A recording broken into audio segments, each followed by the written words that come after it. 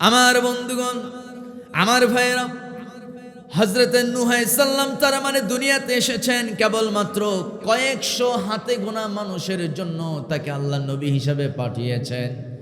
এরপর আল্লাহ রাব্বুল আলামিন আরেকজন নবীর কথা কোরআনে উল্লেখ করে দিলেন। মহান রব্বুল আলামিন বলেন, ওয়া ইলা আদিন আখাহুম হুদা ক্বালা ইয়া কওমি ইবুদুল্লাহা মা লাকুম মিন ইলাহিন গায়রুহু আফালা তাত্তাকুন। জোরে বলুন আল্লাহু আকবার। আমার বন্ধুগণ, আল্লাহ তাআলা নূহ আলাইহিস সালামের পরে আরেকজন নবীর কথা কোরআনে উল্লেখ করলেন। তার নাম হলো হুদ নবী, হুদ আলাইহিস সালাতু ওয়াস সালাম। হযরতে হুদ আলাইহিস সালাম তাকে আল্লাহ তাআলা একটা জাতির জন্য পাঠালেন। সেই জাতির নাম হলো আদ জাতি। কি জাতি বলেন? আদ জাতি। আমার ভাইয়েরা, মধ্যপ্রাচ্যের রাষ্ট্রগুলো যারা ভ্রমণ করেছেন হয়তো অনেকে জানেন, অনেকে জানেন না, আমি একটু বলেই ফেলি। মধ্যপ্রাচ্যের বিভিন্ন রাষ্ট্রে এখনো পর্যন্ত আদ জাতির সেই স্মৃতি স্তম্ভগুলো এখনো পর্যন্ত আছে। খুব শক্তিশালী একটা জাতি আদ। আরেকটা জাতি আছে সামুদ। সালেহ নবীকে আল্লাহ সামুদ জাতির জন্য পাঠিয়েছিলেন। এই সালেহ জাতি, সালেহ আলাইহিস সালামের উম্মত সামুদ জাতি এবং আদ জাতি অত্যন্ত শক্তিশালী তারা ছিল। তাদের চেহারা ছিল সবচাইতে শক্তিশালী চেহারা, সবচেয়ে দানবের মতো বিরাট আকারের মানুষ। এই লোকগুলোকে আল্লাহ দুনিয়াতে পাঠালেন এত শক্তি দিয়া। তারা পাথরের পাহাড় কেটে কেটে পাথরের পাহাড়গুলোকে তারা তাদের ঘর বাড়ি বানিয়ে ফেলতো। আল্লাহু আকবার। পাহাড় কেটে ওই পাহাড়গুলোকে খাম্বা বানায় ফেলতো। পাহাড় কেটে খাম্বা, বিরাট পাহাড়, 2000-3000 মিটার পাহাড়। ওই পাহাড়গুলো কেটে কেটে খাম্বা বানায়া সেগুলো কাঁধের মধ্যে করে নিয়ে যায় বাড়ি বানায় ফেলতো। কোরআন বলছে। আমার বন্ধুগণ, সেই শক্তিশালী জাতিকে হযরত হুদ আলাইহিস সালাম দাওয়াত দিলেন। ওই একই দাওয়াত নূহ আলাইহিস সালাম যে দাওয়াত দিয়েছেন, সালেহ আলাইহিস সালাম যে দাওয়াত দিয়েছেন, হুদ আলাইহিস সালাম একই দাওয়াত দিলেন। কি দাওয়াত? ইয়া কওমি ইবুদুল্লাহ। জমিনে থাকতে হলে আইন মানতে হবে একজনের, তিনি কে? আমার বন্ধুগণ, মা লাকুম মিন ইলাহিন গায়রু। আর আল্লাহর আইন মানবে, আর কেবলমাত্র দিলে প্রাণে বিশ্বাস করবে আল্লাহ দুজন না একজন। সবাই তো বললেন না দুই না এক। আস্তে কবেন না, আর একটু জোরে বলেন দুই না এক। সূরা ইখলাস তো সবার জানা থাকার কথা, ঠোঁট মিলিয়ে মিলিয়ে পড়ুন।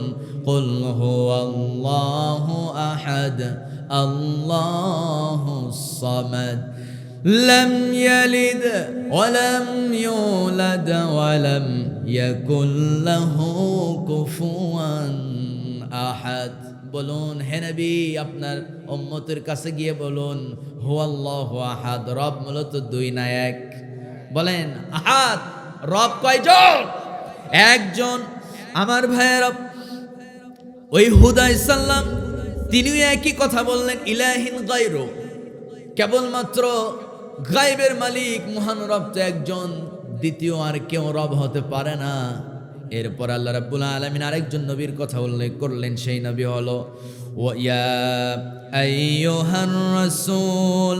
আল্লাহ বলছেন ওয়া ইলা সামুদ আখাহুম সালিহা, সামুদ জাতির জন্য সালেহ নবী। ওয়া ইলা মাদয়ানা আখাহুম শুআইবা। আল্লাহ তাআলা একটা জাতিকে পাঠিয়েছিলেন, সেই জাতির নাম হলো মাদিয়ান।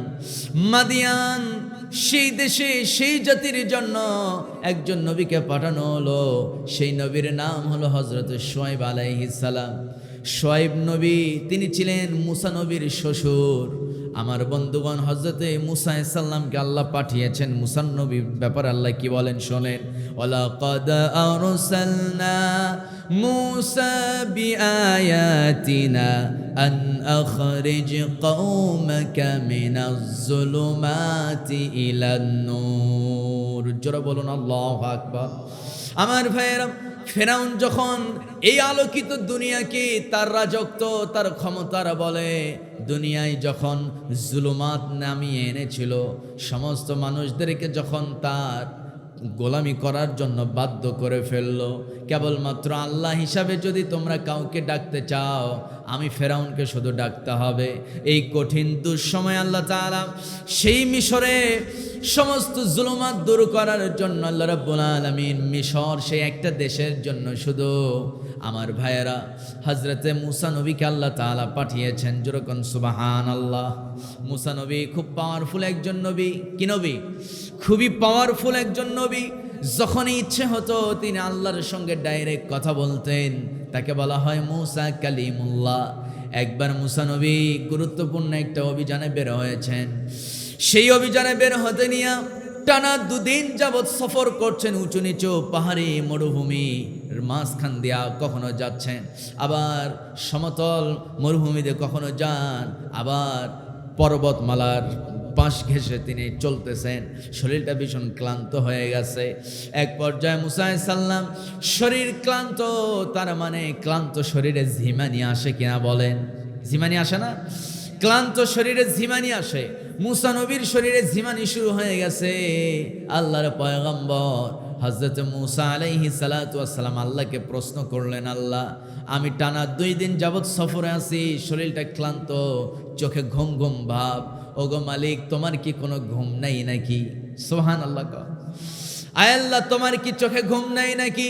আল্লাহ বলছেন মুসা জবাব দেব, কিন্তু ঘোড়ার পিঠ থেকে নামতে হবে। মুসা আলাইহিস সালাম বলছেন, আল্লাহ এটা কি কোনো কথা হলো নাকি? এমনি শরীর ক্লান্ত। যারা ঘোড়ার পিঠে উঠেছেন আপনারা জানেন, ঘোড়ার পিঠে চড়তে গেলেও শক্তি লাগে। ঘোড়ার পিঠে চড়তে গেলে একটা শক্তির প্রয়োজন। নিজের শরীর এমনিই চলে না রে আল্লাহ। ঘোড়ার পিঠ থেকে নামবো আবার চড়বো, কি দরকার? নামো আগে। নামার পরে আল্লাহ অর্ডার করলেন, ঘোড়ার গলায় ঝোলানো যে থলে আছে, ওই থলে ওই ব্যাগের মধ্যে তোমার শ্বশুরের দেওয়া একটা কাচের গ্লাস আছে, ওই গ্লাসটা বের করো, মস্ক থেকে পানি ঢালো, কাচের গ্লাস নিয়ে দাঁড়িয়ে যাও, আমি আল্লাহ জবাব দেব আল্লাহর ঘুম আছে না নাই। এবার কাচের গ্লাস নিয়ে দাঁড়াবেন, এমন সময় আল্লাহ বলছেন, আল্লাহ এত ভেজাল করার কি দরকার? আর মুসা এত কথা বলিস কেন?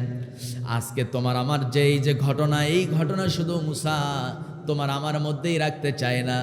আজকে তুমি আমাকে প্রশ্ন করেছো তোমার আল্লাহর ঘুম আছে না নাই। কিয়ামত পর্যন্ত আমার অসংখ্য বান্দা, তাদের মনের মধ্যেও এই প্রশ্ন আসতে পারে যে আমার আল্লাহর ঘুম আছে না নাই। আজকের এই ঘটনা আমি শেষ নবীর উপরে নাজিল হওয়া কোরআনের মধ্যে এমনভাবে উল্লেখ করে দেব, মানুষকে প্রশ্ন করতে হবে না, প্রশ্নের আগে অ্যান্সার হয়ে যাবে। তোমার আমার ঘটনাও তারা জেনে যাবে। জোরে কোন সুবহানাল্লাহ। মুসা নবী খুব খুশি হয়ে গেলেন। এক লাফে ঘোড়া থেকে নামলেন, গ্লাস হাতে নিলেন, মশ থেকে পানি বের করলেন, গ্লাস ভর্তি পানি নিয়ে দাঁড়ায় গেলেন। আল্লাহ এবার বলছেন, মুসা ও মুসা একটু অপেক্ষা করো, ধৈর্য হারা হয় না। ঘুমকে অর্ডার করলেন, যা ঘুম মুসারে ধর। যেই না ধরছে, বলেন তো ঘুম থাকা অবস্থায় চোখে ঘুম যদি চলে আসে, গ্লাস কি নিয়ন্ত্রণে থাকবে না নিয়ন্ত্রণের বাইরে চলে যাবে? নিয়ন্ত্রণের বাইরে চলে যাবে। হাত একটু ঢিল মারছি, গ্লাস পড়ে গেছে। আল্লাহু আকবার বলবেন না? আর একটু জোরে কোন আল্লাহু আকবার। গ্লাস হাত থেকে পড়ে গেছে। দেখেন না, অনেক সময় আমরা সারাদিন কাজকর্ম শেষ করে বাড়িতে এসে মোবাইলে একটু খবর দেখছি, দেশের অবস্থা কি, নির্বাচন কবে কি হবে একটু দেখি। খবর দেখতে নিয়া কখন যে শরীর ঝিমানি আসছে, ঘুম আসছে। মোবাইলে খবর হচ্ছে ঠিক, কিন্তু আপনার খবর না, আপনি ঘুমে শেষ। হয় কি হয় না? কথা কয় না, হয় না? ওয়াজ শুনতেছে মুরব্বী চাচা, ওয়াজ শুনতে শুনতে ওয়াজ সারা রাত চলে, কিন্তু নিজে শেষ। সকালবেলা ঘুম থেকে উঠে দেখে মোবাইল ব্যাটারি লো। কেন? সারা রাত ওয়াজ বাজছে, কিন্তু মুরব্বীর খবর নাই। হয় কি হয় না? তার মানে বোঝা গেল ঘুম আসলে এই মোবাইলটাও নিয়ন্ত্রণের বাইরে চলে যায়, অটোমেটিক হাত থেকে পড়ে যায়। আমার বন্ধুগণ, আমার ভাইয়েরা, মুসা নবীর হাত থেকে যখন কাচের গ্লাসটা পড়ে গেছে, গ্লাস ভেঙ্গে টুকরো টুকরো হয়ে গেছে। ভেঙ্গে যাওয়া গ্লাসের একটা শব্দ আছে, ওই শব্দ কানে আসা মাত্র কি ঘুম আর থাকে নাকি বলেন? ঘুম থাকে? ঘুম থাকবে কেমনে? আমার বন্ধুগণ, যদি যশোরবাসীকে প্রশ্ন করি, বলেন তো মানুষের ঘুম হয় কানে না চোখে? কোথায় হয়? তো হুজুর বলতেছে কানে, আপনারা বলতেছেন চোখে। কোরআনকে যদি প্রশ্ন করি, কোরআন, ও কোরআন বলে দাও মানুষ ঘুমায়, মূলত মানুষের ঘুম হয় কানে না চোখে। আমার বন্ধুগণ, কোরআন তো ১৫০০ বছর আগে তার জবাব দিয়েছে। আল্লাহ রাব্বুল আলামিন সূরা কাহফের মধ্যে বলছেন, ফাদরাবনা, বুঝা আছে না, ফাদরাবনা আলা আযানিহিম ফিল কাহফি সিনিনা আদাদা।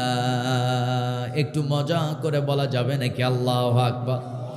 আমার বন্ধুগণ, ১৫০০ বছর আগে দুনিয়ার মানুষকে আল্লাহ জানিয়ে দিয়েছে, দুনিয়ার মানুষরাও আমার বান্দারা শোনো, আমি আমার পছন্দের ৭ জন বান্দা, ৭ জন যুবক আসহাবে কাহাফ, তাদেরকে আমি গর্তের মধ্যে ঘুম ঢেলে দিয়েছি। তারা ৩৬০ বছর ঘুমালো, তাদের কানের মধ্যে আমি আল্লাহ ঘুম ঢেলে দিয়েছি। আল্লাহ এখানে বলেন না আযানিহিম ফিল কাহফি সিনিনা, আল্লাহ তাআলা এখানে বলেন নাই যে চোখে আয়না, চোখে ঘুম ঢেলে দিয়েছি, বরং আল্লাহ বলছেন কানের মধ্যে আমি আল্লাহ ঘুম ঢেলে দিয়েছি। তারা মানে বোঝা গেল মানুষের ঘুম চোখে হয় না, মানুষের ঘুম হয় কানে। কারণ কিছু কিছু মানুষ তো ঘুমায় বড় বড় চোখ বের করে, আছে না নাই? ঘুমায় কিন্তু চোখ খোলা আছে, আছে অনেক আছে। আমার বন্ধুগণ, ঘুম থেকে কখন ওঠেন? যখন কানে আপনার আওয়াজ আসে, অ্যালার্ম ঘড়ির আওয়াজ, অ্যালার্ম বেজে ওঠে, ঘুম ভেঙে যায়। কারণ অ্যালার্মের শব্দ কানে আসে, ঘুমটা ভেঙে যায়। আমার ভাইয়েরা, অন্য প্রসঙ্গে যেতে চাচ্ছি না, নরমালি শুধু বলে ফেলি, হযরত মুসা নবী গ্লাসটা ভেঙে গেল। এবার মুসা নবীর মনটা খারাপ। আল্লাহ বলছেন, মুসা তোমার মনটা খারাপ কেন? মুসা আলাইহিস সালাম বলছেন, আল্লাহ যেই গ্লাসটা ভেঙে গেল, এই গ্লাস আমার গ্লাস নয়, এই গ্লাস আমার শ্বশুর মশাই দিছে। আমার বউ যদি জানে আমার অবস্থা খারাপ হয়ে যাবে। আল্লাহু আকবার করলেন না? তুমি একটু জোরে কর না, আল্লাহু আকবার। নিজের টাকায় মোটরসাইকেল যদি জামাই কেনে, ওই মোটরসাইকেল খুব একটা যত্ন সহকারে রাখে না, কিন্তু শ্বশুর বাড়ি থেকে যদি যৌতুক পায় একটা মোটরসাইকেল, দেখবেন খুব যত্ন সহকারে রাখে। কথা কয় না? আর একটু জোরে কন, ঠিক কিনা? গত কিছুদিন আগে আমার শাশুড়ি একটা জুতা কিনে দিছে, জুতা কিনে দিছে। ওই জুতা বাইতুল মুকাররম মসজিদে আসর নামাজে গিয়ে হারায় ফেলছি। এখনো পর্যন্ত বাড়িতে জানাই নাই যে জুতাটা আছে না গেছে, কারণ জানলে আমার বউ খেপে যাবে। বুঝছেন কথা? সম্মানিত ভাইয়েরা, আবার জানবে কেমনে? আমার সব জুতায় কালো, লোফার জুতা, বুঝতে পারে না। তো যাই হোক, সম্মানিত ভাইরা, মানে শ্বশুর বাড়ির জিনিস কিন্তু জামাই একটু যত্ন সহকারে রাখে। তো মুসা নবীর মনটা খারাপ, কাম হলো, গ্লাসটা ভেঙে পড়ে শেষ হয়ে গেল। আল্লাহ বলছেন, মুসা মন খারাপ করো না, আজকের এই ঘটনা তোমার বউরে জানায় দিবা, শ্বশুররে জানায় দিবা, খুশি হয়ে যাবে। কি ঘটনা? আল্লাহ বলছেন, সবাই পড়েন, আল্লাহু লা ইলাহা ইল্লা হুয়াল হাইয়ুল কাইয়্যুম লা তাখুযুহু সিনাতুন ওয়ালা নাওম লাহু মা ফিস সামাওয়াতি ওয়া মা ফিল আরদ من ذا الذي يشفع عنده إلا بإذنه يعلم ما بين أيديهم وما خلفهم ولا يحيطون بشيء من علمه إلا بما شاء وسع كرسيه السماوات والأرض ولا يؤوده حفظهما وهو العلي العظيم জোরে বলুন আল্লাহু আকবার। আমার বন্ধুগণ, কোরআনুল কারীমের সিরিয়ালের 2 নম্বর সূরার নাম বাকারা। সূরা বাকারা সবচাইতে বড় সূরা। সেই সূরার 255 নম্বর আয়াত। আয়াতটার নাম হলো কি? আয়াতুল কুরসি। কি নাম? একটু প্রশ্ন করি, এই আয়াতুল কুরসি কার কার মুখস্থ আছে? হাত উঁচু করেন দেখি। কজন? আল্লাহু আকবার। বেশিরভাগ হাত উঠেছে, বলি আলহামদুলিল্লাহ। আমার ভাইয়েরা, এই আয়াতুল কুরসি একটা হাসান একটা হাদিস আছে, তিরমিজির হাদিস। এই হাদিসে নবী করিম সাল্লাল্লাহু আলাইহি সাল্লাম বলেন যে আয়াতুল কুরসি আর আল্লাহর যে 99টা নাম যেই সিনার মধ্যে থাকবে, ওই সিনা আল্লাহ আগুন দিয়ে জ্বালাবে না। আর একটু আস্তে কোন সুবহানাল্লাহ। হাদিসটা সহিহ না হোক, হাসান তো, জয়ীফও কিন্তু না হুজুর। আমার বন্ধুগণ, আরেকটা সহিহ হাদিস আছে, বুখারীতেও হাদিসটি আছে 2 নম্বর অধ্যায়, আবার মুসলিমেও হাদিসটি আছে। আমার নবীজি বলেন আয়াতুল কুরসি কেউ যদি 5 ওয়াক্ত নামাজের পর একটা বার যদি তেলাওয়াত করতে পারে, একবার করে যদি পাঠ করতে পারে, আমার বন্ধুগণ নবীজি গ্যারান্টি দিয়ে বলেন লোকটা মরে নাই জন্য জান্নাতে যায় না, মরতে দেরি আল্লাহর জান্নাতের মেহমান হতে দেরি হবে না।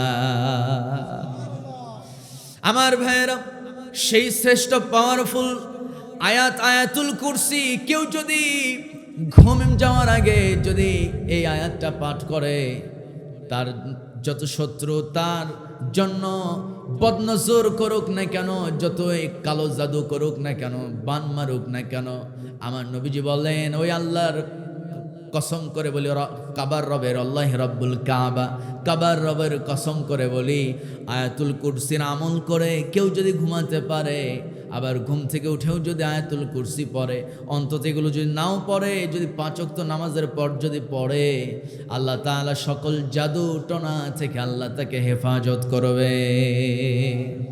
আর একটু জোরে বলি সুবহানাল্লাহ। আমার বন্ধুগণ, এই আয়াত বরকতময়, এই আয়াতের 2য় বাক্যে আল্লাহ বলছেন লা তাখুযুহু সিনাতুন ওয়ালা নাওম। মুসা, আল্লাহ তোমার রব তো এমন একজন মহান সৃষ্টিকর্তা, তার ঘুম নাই, তন্দ্রা নাই, ঝিমানি নাই, তারও কোনো ক্লান্তি নাই। জোরে কোন সুবহানাল্লাহ। আল্লাহর কোনো ঘুম নাই, ঝিমানি নাই, ক্লান্তি নাই। বান্দা তুমি কি জানো, ওয়াজআলনা সূরা নাবা, সূরার নাম কি? নাবা। সূরা নাবার মধ্যে আল্লাহ বলেন ওয়াজআলনা নাওমাকুম সুবাতা وجعلنا الليل لباسا وجعلنا النهار معاشا وبنينا فوقكم 7 شدادا وجعلنا سراجا وهاجا। জোরে বলুন আল্লাহু আকবার। আল্লাহ রাব্বুল আলামিন বলছেন বান্দারে, আমি ঘুম তো সৃষ্টি করেছি, ঘুমটাকে বানিয়ে দিয়েছি মানুষের শান্তির বাহন। ওয়াজআলনাল লাইলা লিবাসা ওয়াজআলনান নাহারা মাআশা, দিনকে করলাম আলোকিত। এই আলোকিত দিনের বেলা সূর্যের আলোতে মানুষ বাড়ি থেকে বের হবে, মানুষ বাড়ি থেকে বের হইয়া ওই মানুষ তার রিজিক অন্বেষণ করবে, কাজকর্ম করবে, কাজের তালাশ করবে, রিজিক অন্বেষণ করবে, ব্যবসা বাণিজ্য চাকরি করবে। আল্লাহ রাব্বুল আলামিন বলেন, আর যখন সারাদিন তার ডিউটি পালন করার পর সন্ধ্যা যখন ঘনিয়ে আসবে, সন্ধ্যা হওয়ার পূর্বক্ষণে মানুষের কাজ করতে করতে শরীরটা ক্লান্ত হয়ে যায়, শরীরে ভীষণ ক্লান্তি চলে আসে। আমার আল্লাহ বলেন, বান্দা এই ক্লান্তি দূর করার জন্য আমি রাত্রিকে করলাম আধার। আধার রাতে ও বান্দা তুমি শান্তি মতো ঘুমাতে পারবে। আর ঘুমটা যখন হয়ে যাবে, ঘুম থেকে ওঠা মাত্র দেখবে শরীরের সব ক্লান্তি আমি আল্লাহ দূর করে দিয়েছি। আর একটু জোরে বলি সুবহানাল্লাহ। এই ঘুম কত বড় নিয়ামত, যার প্রত্যেক দিন 50 টাকা, 100 টাকা, 150 টাকা দামেরও ঘুমের ট্যাবলেট আছে। ওই ট্যাবলেট যে খায় সেই জানে ঘুমটা কত দরকার, কত বড় নিয়ামত। জোরে কোন আল্লাহু আকবার। আমার বন্ধুগণ, হারাম খাবেন, আরামের ঘুম হবে না। কথা ঠিক আছে কিনা? হারাম খাবেন, আরামের ঘুম হবে না রে ভাই। আরামের ঘুম যদি আপনি আপনার জীবনে পেতে চান, হারাম বর্জন করতে হবে, হালালটাকে গ্রহণ করতে হবে। হালাল হারামের ওয়াজ আজকে নয়, আজকের ওয়াজ হলো নবীর সিরাত। আজকে কি ওয়াজ? নবীর সিরাত। আমার বন্ধুগণ, আমার ভাইয়েরা গভীর মনোযোগ। সেই মুসা নবী যিনি কিনা ডাইরেক্ট আল্লাহর সঙ্গে কথা বলতেন, একদিন মুসা আলাইহিস সালাম আল্লাহকে বলছেন, আল্লাহ এত বছর, বছরের পর বছর চলে গেল, সব সময় তোমার সঙ্গে কথা বলি, তোমার সঙ্গে কথা হয় ঠিক, কিন্তু আজ পর্যন্ত দেখা হলো না। একটা গান আছে, আমি কই জানি শুনছিলাম, রাস্তায় কোথায় জানি শুনছিলাম এরকম, দেখা না দিলে বন্ধু কথা কয়ো না। শুনছেন নাকি? এরকম কি জানি একটা গান আছে সম্ভবত, দেখা না দিলে বন্ধু কথা কয়ো না। তো মুসা নবী আল্লাহকে বলতেছে, আল্লাহ এত তোমার সঙ্গে কথা বলি, দেখা হয় না, তো যদি দেখা না দাও তাহলে আর কথা বলার দরকার নাই। আল্লাহু আকবার বলবেন না? আর একটু জোরে কোন আল্লাহু আকবার। আমার বন্ধুগণ, এবার আল্লাহ সেই মুসা নবী, তার সঙ্গে দেখা তো দূরের কথা, আল্লাহর নূরের এক ঝলকেই আমার বন্ধুগণ সেই কি পাহাড় ওইটা? তুর পাহাড়। তুর পাহাড় পুরে সুরমা হয়ে গেছে। জোরে কোন সুবহানাল্লাহ। তার মানে তুর পাহাড় পুরে গেছে। পুরে যাওয়ার পর সেই পাহাড় কি মানুষের জন্য ক্ষতির বস্তু হয়েছে না উপকারী বস্তু হয়েছে? কি উপকারী বস্তু? ওই সুরমা চোখে দিবেন, চোখের জ্যোতি বেড়ে যাবে। আর একটু আস্তে কোন সুবহানাল্লাহ। আমার বন্ধুগণ, আমার ভাইয়েরা, সেই মুসা নবীকেও আল্লাহ তাআলা গোটা দুনিয়ার জন্য নবী বানান নাই। যদিও আল্লাহ তার সঙ্গে সবসময় কথা বলেছেন, কিন্তু আল্লাহ তার সঙ্গে দেখাও দেয় নাই। কিন্তু আমার নবীর ক্ষেত্রে সম্পূর্ণ ব্যতিক্রম। আমার নবীর সঙ্গে আল্লাহ দেখাও দিয়েছেন। আমার নবীকে আল্লাহ তাআলা আরশ আজিমের মেহমান বানিয়েছেন। সুবহানাল্লাহ কবেন না? অনেকেই বলে যে দেখা হয় নাই আল্লাহর সঙ্গে নবীর, এটা নিয়ে অনেক পার্থক্য আছে, মতানৈক্য আছে। যদি কেউ বলে দেখা হয়েছে, এটা এমন কোনো কথা নয় যেটা বলার কারণে ঈমান চলে যাবে। অনেকে বলে না নবী নূরের তৈরি না মাটির তৈরি, নবী গায়েব জানে কি জানে না। তবে হ্যাঁ, এই জায়গায় সত্য ফতোয়া, নবী গায়েব জানেন না। নবী গায়েব জানেন না। গায়েবের মালিক কে? আসতে কবেন না, গায়েবের মালিক কে? গায়েবের মালিক আল্লাহ। এই জায়গায় যদি কেউ বলে যে নবী গায়েব জানে, ঈমান চলে যাবে। কি হবে? ঈমান চলে যাবে। কিন্তু নবীর সঙ্গে আল্লাহর দেখা হয়েছে কি হয় নাই, এটা নিয়ে শুধুমাত্র মুফাসসিরগণ বা মুহাদ্দিসগণের শুধু মতানৈক্য তা নয়, নবীর যুগের সাহাবীদের মধ্যেও এটা নিয়ে মতবিরোধ ছিল। তো যদি দেখা হয় আলহামদুলিল্লাহ, কিন্তু দেখা হোক বা না হোক, আল্লাহ তাআলা আমার নবীকে যে সম্মান দিয়েছেন, নবী আরশ আজিমে যখন ওঠেন, আমার ভাইয়েরা, নবী জুতা খুলছে। কি খুলছে? জুতা খুলছে। আমার নবীকে আল্লাহ বলছেন, ও আমার হাবিব, আপনি জুতা খুলছেন কেন? আপনার জুতার তলার ধুলাবালিগুলো যদি আমার আরশে লেগে যায়, আমার আরশ ধন্য হয়ে যাবে। কি সম্মান আমার নবীকে আল্লাহ দিয়েছেন। আল্লাহু আকবার। আমার বন্ধুগণ, আমার ভাইয়েরা, গভীর মনোযোগ। মুসা নবী, ঈসা নবী, ইব্রাহিম নবী, হযরত নূহ আলাইহিস সালাম, হুদ আলাইহিস সালাম, সালেহ আলাইহিস সালাম, শুআয়ব আলাইহিস সালাম, যত নবী, আদম আলাইহিস সালাম, আমার নবীর পূর্বে যত নবী আসছে, কোন নবীকে আল্লাহ তাআলা একটা রাষ্ট্রের নবী হিসেবে পাঠিয়েছেন, কোন নবীকে তার বংশের জন্য নবী হিসেবে পাঠিয়েছেন, কোন নবীকে একটা এলাকা ভিত্তিক নবী হিসেবে পাঠিয়েছেন। কিন্তু আমার আপনার নবী মুহাম্মদুর রাসূলুল্লাহ সাল্লাল্লাহু আলাইহি ওয়াসাল্লাম, আমার নবীকে আল্লাহ তাআলা কি হিসাবে পাঠিয়েছেন তাও মহান রব্বুল আলামিন বলেন, মা أصابك من حسنة فمن الله وما أصابك من سيئة فمن نفسك وأرسلناك للناس رسولا। আমার বন্ধুগণ, আল্লাহ রাব্বুল আলামিন বলেন, ও দুনিয়ার মানুষ শোনো, আমার হাবিব, আমার রসুল মুহাম্মদ সাল্লাল্লাহু আলাইহি সাল্লাম, তাকে আমি শুধুমাত্র কোনো এলাকা, কোনো বংশ, কোনো রাষ্ট্রের জন্য নবী হিসাবে পাঠাই নাই, গোটা পৃথিবীর জন্য তাকে আমি রহমত স্বরূপ নবী হিসাবে পাঠিয়েছি। কি পাওয়ার আমার নবী! সুবহানাল্লাহ কবেন না? প্রত্যেক নবীকে আল্লাহ নাম ধরে ডেকেছেন, কোরআনে প্রত্যেক নবীর নাম ধরে ডেকেছেন। ওয়াইলা আদিন আখাহুম হুদা, আমার বন্ধুগণ, প্রত্যেক নবীর নাম ধরে ডেকেছেন। ইয়া ইব্রাহিম, ইয়া ঈসা, ইয়া ইয়া নূহ, ইয়া মূসা। আমার বন্ধুগণ, ইয়া আদম উসকুন আনতা ওয়া যাওজুকাল জান্নাহ, হে আদম তুমি জান্নাতে প্রবেশ করো তোমার স্ত্রীকে নিয়ে। হে আদম বলছে, হে নবী বলে নাই।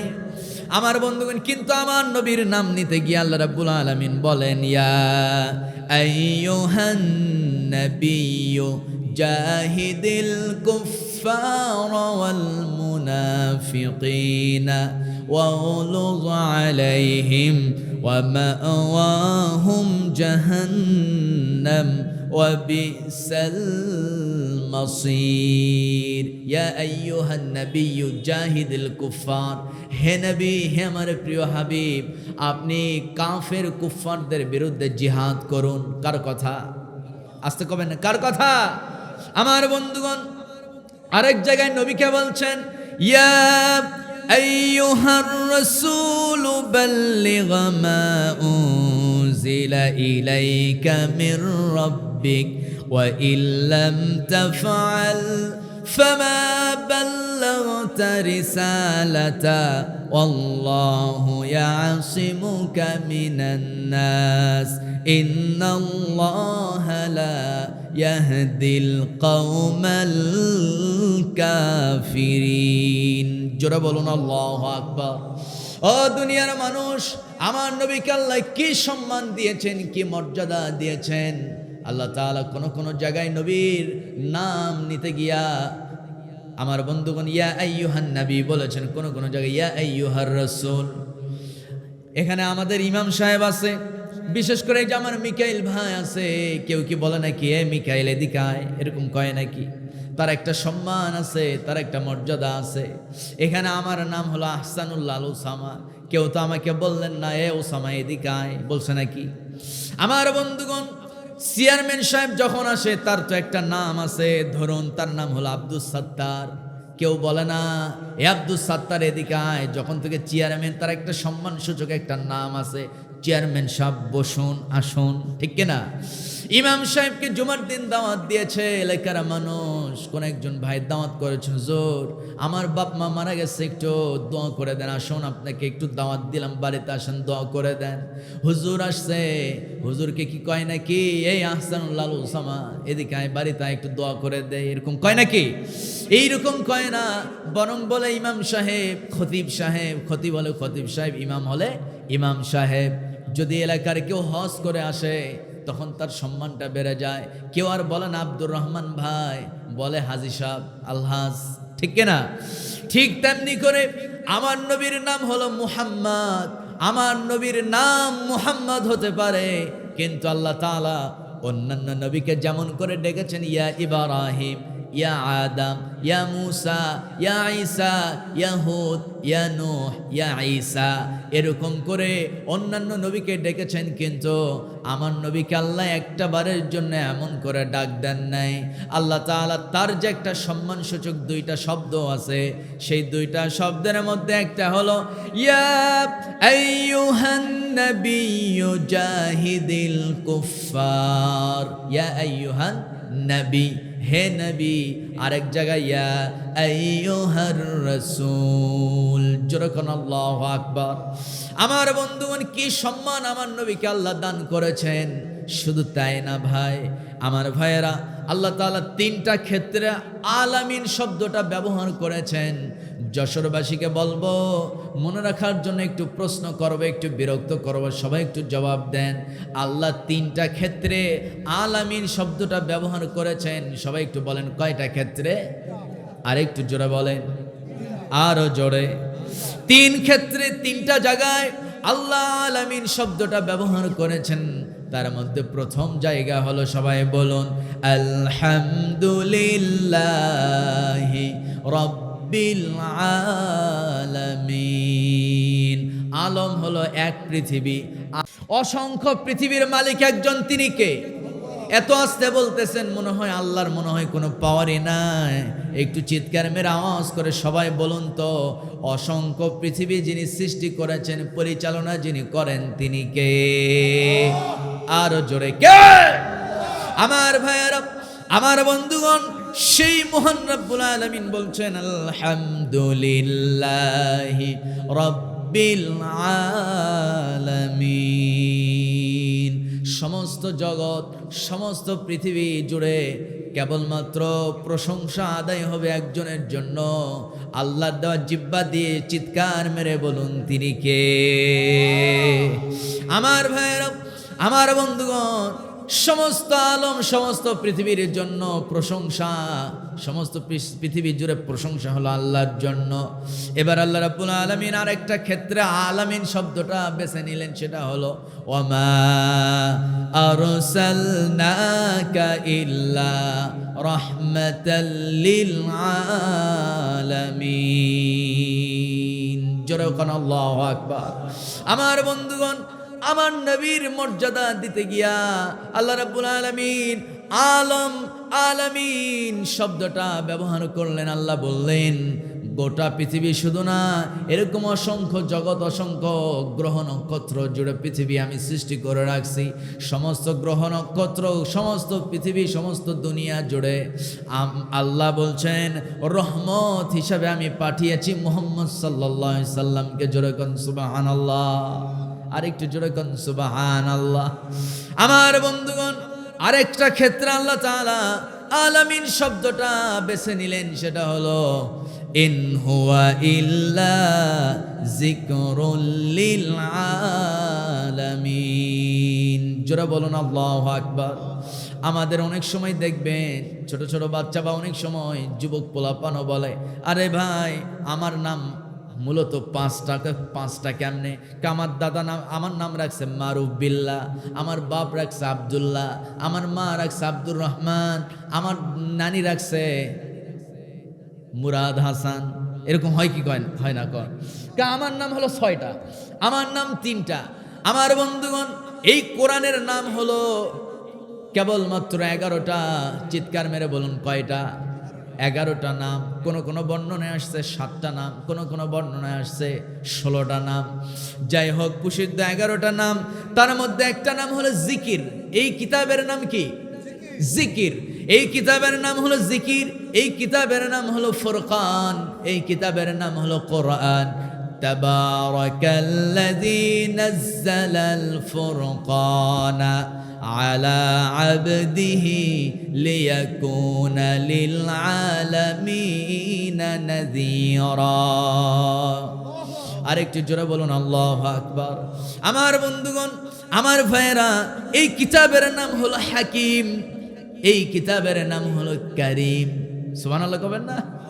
আমার বন্ধুগণ, তাহলে এই কিতাবের একটা নাম আমরা পেলাম, সেই নাম হলো ইন হুয়া ইল্লা যিকরুল লিল আলামিন। এই কিতাবের নাম আল্লাহ দিলেন জিকির। আল্লাহ বলছেন এই গোটা আলম শুধু একটা পৃথিবী না, অসংখ্য পৃথিবীর জন্য আল্লাহ রাব্বুল আলামিন পথ প্রদর্শক, গাইডলাইন হিসাবে, মানুষের জীবন ব্যবস্থা গাইডলাইন হিসাবে আল্লাহ এই কোরআনটাকে প্রেজেন্ট করেছেন। জোরে কোন সুবহানাল্লাহ। আরেকটু আস্তে কোন সুবহানাল্লাহ। আমার বন্ধুগণ, আমার ভাইয়েরা, একদিন এক সাহাবী নবীর দরবারে আসলো, এসে বলতেছেন ইয়া রাসূলুল্লাহ, আমার মা অত্যন্ত বৃদ্ধ মানুষ। ইয়া রাসূলুল্লাহ, আমার মা বলেছেন সবচাইতে আল্লাহকে স্মরণ করার শ্রেষ্ঠ মাধ্যমটা কি? নবীজি বলছেন আল্লাহকে যদি স্মরণ করতে হয়, আল্লাহর নামে যদি জিকির করতে হয়, আফজালুজ জিকরি লা ইলাহা ইল্লাল্লাহ। এরপর আরেকজন সাহাবী কিছুদিন পর এসে বলতেছে ইয়া রাসূলুল্লাহ, আমি আল্লাহকে স্মরণ করতে চাই, আল্লাহর সঙ্গে আমি কথা বলতে চাই। জিকির করা মানে হলো আল্লাহর সঙ্গে কথা বলা। এই দুনিয়া জুড়ে হাজারো অলি আউলিয়া ছিল কি ছিল না? বলেন, ছিল না? এই যে এখানে একজন অলি, আল্লাহর বিখ্যাত বুজুর্গ। আমি বসিরহাটে গিয়েছি, বসিরহাটে মাহফিলে গিয়েছি। সেখানে যাওয়ার পর আমার বন্ধুগণ একটা এলাকায় মাহফিলে গেলাম। 2 একর জায়গা জুড়ে একটা বিরাট মসজিদ। ওই মসজিদের পাশে মাহফিল, মসজিদকেই কেন্দ্র করে মাহফিল। মাহফিল কর্তৃপক্ষ কিছু মুরব্বী বাবাজিরা আমাকে একটা ঘটনা শোনালো। এখানে মাওলানা রুহুল আমিন সাহেবকে নিয়েই ওই 2 একর জায়গা যিনি দান করেছিলেন, আমার ভাইয়েরা, তিনি ছিলেন চৌধুরী বংশের একজন যুবক। শত শত জমি, শত শত একর জমির মালিক তিনি। অসংখ্য ব্যবসা বাণিজ্য, তার কোটি কোটি টাকার সম্পদের কারবার। ওই লোকটা বিয়ে করেছে, 16 বছর হয়ে গেছে, একটা সন্তানের বাবাও হতে পারেন নাই। সন্তান দেওয়ার মালিক, নেওয়ার মালিক একজন, তিনি আমার কে? আসতে কবেন না কে? কোন পীর সাহেব কি সন্তান দিতে পারে নাকি? কথা কয় না, পারে পারে। ইয়াহাবু লিমান ইয়াশাউ ইনাসাও ওয়া ইয়াহাবু লিমান ইয়াশাউ যুকুর। জোরে বলুন আল্লাহু আকবার। আল্লাহ বলছেন, বান্দা তুমি কি মনে করেছো সন্তান যাকে ইচ্ছা আমি একটা ছেলে সন্তান দে, যাকে ইচ্ছা পুত্র সন্তান দে, যাকে ইচ্ছা কন্যা সন্তান দে, যাকে ইচ্ছা দুটোই দে, যাকে ইচ্ছা কিছুই দেয় না। দেওয়ার মালিক, নেওয়ার মালিক একজন, তিনি কে? আমার বন্ধুগণ, এই চৌধুরী বংশের সেই আল্লাহর গোলাম যুবক চলে গেছে মাওলানা আল্লামা রুহুল আমিন হাফিজাহুল্লাহ রাহমাতুল্লাহ আলাইহি তার দরবারে। তাকে গিয়ে বলতেছে, হুজুর 16 বছর হয়ে গেছে, বিয়ে করেছি, একটা সন্তান আমার নাই, একটা সন্তান হয় নাই। হুজুর বলতেছে, বেটা তুমি আল্লাহর রাস্তায় ঠিক মতো দান খয়রাত করো না, তোমার জন্য আমি দোয়াই করতাম না, তুমি কেমনে সন্তানের বাবা হবা? আল্লাহু আকবার। হুজুর তাকে 2টা পরামর্শ দিলেন, তুমি আল্লাহর রাস্তায় বেশি বেশি দান করো, আল্লাহর রাস্তায় বেশি বেশি দান করার। বাবা শোনো, অবশ্য আমি তোমার জন্য দোয়া করব, যাও আমি তোমার জন্য দোয়া করব, তবে শর্ত হলো তুমি আল্লাহর রাস্তায় বেশি বেশি একটু দান করো। আশা করি আমিও দোয়া করব, আল্লাহ তোমাকে দিয়ে দিবে, সন্তানের বাবা বানায় দিবে। বছর 3 চলে গেল। ওই যুবক বাড়িতে এসে সঙ্গে সঙ্গেই 2 একর বিরাট জায়গা জুড়ে তিনি হুজুরের হাতে একটা মসজিদ উদ্বোধন করলেন। আরেকটু জোরে কোন সুবহানাল্লাহ। এরপরে ওই যে হুজুরের কাছে শুনছে বেশি বেশি দান খায়রাত করতে হবে আল্লাহ সন্তুষ্টির জন্য। আল্লাহ বলেন, ইন তুবদুস সাদাকাতি ফানি'মাহি ওয়া ইন তুখফুহা ওয়া তু'তুহাল ফুকারা ফাহুয়া খায়রুল লাকুম ওয়া ইউকাফিরু আনকুম মিন সাইয়্যাতিকুম। জোরে বলুন আল্লাহু আকবার। আল্লাহ বলছেন, বান্দারে তুমি গোপনে যদি দান করো এটা সবচাইতে ভালো, প্রকাশ্যে যদি দান করে এটাও ভালো। কিন্তু বান্দা গোপনে দান করো অথবা প্রকাশ্যেই দান করো, যদি উদ্দেশ্য থাকে আল্লাহর সন্তুষ্টি, তাহলে বান্দা জেনে রাখো আমি আল্লাহ তোমার জিন্দেগির গুনাহ মাফ করব, মনের আশা পূর্ণ করব। তোমার জানমালের নিরাপত্তার জন্য 2জন ফেরেশতাকে আমি সবসময় তোমার পাহারায় রেখে দেব। আরেকটু আস্তে কোন সুবহানাল্লাহ। আমার বন্ধুগণ, আমার ভাইয়েরা, টানা 3 বছর তিনি মাওলানা রুহুল আমিন রহমাতুল্লাহ আলাইহি তার ওসিয়ত অনুযায়ী তিনি দান খয়রাত নিয়মিত করতেন। 3 বছর পর তিনি একটা ছেলে সন্তানের বাবা হলেন। এরপরে 1.5 বছর 2 বছর পর আবার একটা ছেলে সন্তান আল্লাহ তাকে দান করলেন। একে একে 4টা ছেলে সন্তানের বাবা তিনি হয়ে গেলেন। আল্লাহু আকবার। আমার ভাইয়েরা, 4 জন কি আল্লাহর রাস্তায় ছেড়ে দিলেন, 4 জনই বড় আলেম হয়ে গেল হুজুরের সহবতে। আমার ভাইয়েরা, আমার বন্ধুগণ, উলিয়াদের মাধ্যমে হাজারো লক্ষ লক্ষ জায়গায় মসজিদ নির্মিত হয়েছে, মাদ্রাসা নির্মিত হয়েছে, দ্বীনের মারকাজ তৈরি হয়েছে। হয়েছে কি হয় নাই? আমার বন্ধুগণ, আমার ভাইয়েরা, মূল কথা হলো এই দুনিয়া জুড়ে আল্লাহ রাব্বুল আলামিন শ্রেষ্ঠ কিতাব কোরআনকে নাজিল করে দিয়ে আল্লাহ বলছেন, ইন হুয়া ইল্লা যিকরুল লিল আলামিন। ওই সাহাবী নবীর কাছে এসে বলছেন, ইয়া রাসূলুল্লাহ আপনি একটু আমাকে জিকির শিখায় দেন, আমি একটু আল্লাহর নামে জিকির করতে চাই। আমার ভাইয়েরা, আমার বন্ধুগণ, এই জিকিরের তালিম দিত ওলিয়া পীর সাহেবরা। এখন ভালো পীর পাওয়াই অত্যন্ত দুষ্কর, ঠিক না? ভালো পীর পাওয়া খুব কঠিন। বড় বড় আল্লাহর ওলিরা সবাই চলে গেছে আমাদেরকে এতিম বানায়া। এজন্য আল্লাহর কাছে সবসময় দোয়া করতে হবে, ইয়্যাকা না'বুদু ওয়া ইয়্যাকা নাস্তাঈন ইহদিনাস সিরাতাল মুস্তাকিম সিরাতাল্লাযীনা আন'আমতা আলাইহিম গায়রিল মাগদুবি আলাইহিম ওয়ালাদ-দাল্লিন। পড়েন আল্লাহু আকবার। আমার বন্ধুগণ, আল্লাহ তাআলা সূরা ফাতিহার শেষ 3 আয়াতে দোয়া শিখাই দিলেন, বান্দা যদি হেদায়েতের পথে থাকতে চাও, মৃত্যুর আগ পর্যন্ত যদি হেদায়েতের রাস্তায় যদি মৃত্যুবরণ করতে চাও, সাহাবীদের পথেই যদি মরতে চাও, জান্নাত যদি পেতে চাও, দোয়া শিখাই দিলাম, ইহদিনাস সিরাতাল মুস্তাকিম। তোমার রবকে বলো, আল্লাহ সিরাতুল মুস্তাকিমের পথিক আমারে বানায় দাও। তাদের পথের পথিক নয় যারা তোমার লানত প্রাপ্ত, তোমার অভিশপ্ত, তাদের পথ আমাদেরকে নিও না। আমরা বলি আমিন। আমরা কি বলবো? আমিন। বিরক্ত হচ্ছেন নাকি আপনারা? আলোচনা চালাবো? চলো জোরে বলি ইনশাআল্লাহ। আমার বন্ধুগণ, আমার ভাইয়েরা, গভীর মনোযোগ। নবীজি সেই সাহাবীকে বললেন, ও আমার সাহাবী, আফজালুজ যিকরি তিলাওয়াতিল কোরআন। আসমানের নিচে সবচাইতে শ্রেষ্ঠ জিকির হলো আল্লাহর কালাম কোরআন তেলাওয়াত করা। যে কোরআন পড়তে পারে না তার জন্য শ্রেষ্ঠ জিকির হলো লা ইলাহা ইল্লাল্লাহ। আমার বন্ধুগণ, আমার ভাইয়েরা, আল্লাহ রাব্বুল আলামিন আমার নবীকে দুনিয়াতে পাঠিয়েছেন। কি মর্যাদা, কি সম্মান আল্লাহ তাকে দান করেছেন। দেখুন আমার ভাইয়েরা, আমরা যখন মসজিদে আজান শুনি, মুয়াজ্জিন সাহেব যখন আজান দেয়, আমার নবীর নাম না নিলে কি আজান হয় না? কি বলেন? কথা কন একটু। আজানের মধ্যে নবীর নাম আছে, নবীর নাম যদি বাদ যায়, বলেন তো আজান হবে নাকি? আজান হবে না। নবীর নাম, আজানের মধ্যে নবীর নামটাও আল্লাহ ঢুকে দিলেন। আল্লাহ বলছেন, ওগো নবী, আজান হবে, ওই জায়গায় আপনার নাম থাকবে না। ওই আজান আপনার রব মহান আল্লাহ পছন্দ করে না। আর একটু জোরে কোন আল্লাহু আকবার। ইকামত শুরু হয়ে গেল, নবীর নাম নাই। কি নাই? ইকামত শুরু হয়ে গেছে মসজিদে নববীতে, আমার নবীর নাম নেওয়া হলো না। আল্লাহ তাআলা জিবরাইলকে পাঠায় দিলেন, ও জিবরাইল যায় আমার নবীকে বলো নামাজ যেন শুরু না করে, আবার যেন ইকামত দেয়। কেন? ওই ইকামতের মধ্যে নবীর নাম নাই। যে ইকামতে নবীর নাম নাই, ওই ইকামত আল্লাহর দরবারে কবুল হবে না। সুবহানাল্লাহ বলবেন না? আজানের মধ্যে নবীর নাম, এত কথা বলে ভাই, এটা আদব হলো? আজানের মধ্যে নবীর নাম নাই। আমার ভাইয়েরা, ওই আজান আল্লাহ তাআলার পছন্দ হলো না। ইকামতের মধ্যে নবীর নাম নাই, ওই ইকামত আল্লাহর পছন্দ হলো না। আল্লাহ নিজে জিবরাইলকে পাঠায় দিয়া আজান সংশোধন করলেন, ইকামত সংশোধন করলেন। ইকামতের ভিতরে, আজানের ভিতরে আমার নাম ঢুকায় দিলেন। জোরে কোন সুবহানাল্লাহ।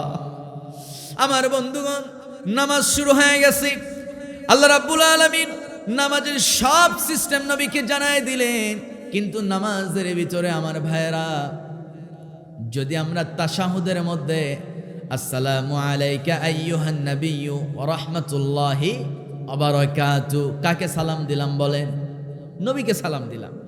আসসালামু আলাইকা আইয়ুহান নাবিয়্যু ওয়া রাহমাতুল্লাহি, হে নবী আপনার উপরে শান্তি বর্ষিত হোক, ওয়া রাহমাতুল্লাহ, আল্লাহর রহমত বর্ষিত হোক, ওয়া বারাকাতু, শুধু শান্তি আর রহমত নয়, আপনার উপরে আল্লাহর বরকত বর্ষিত হোক।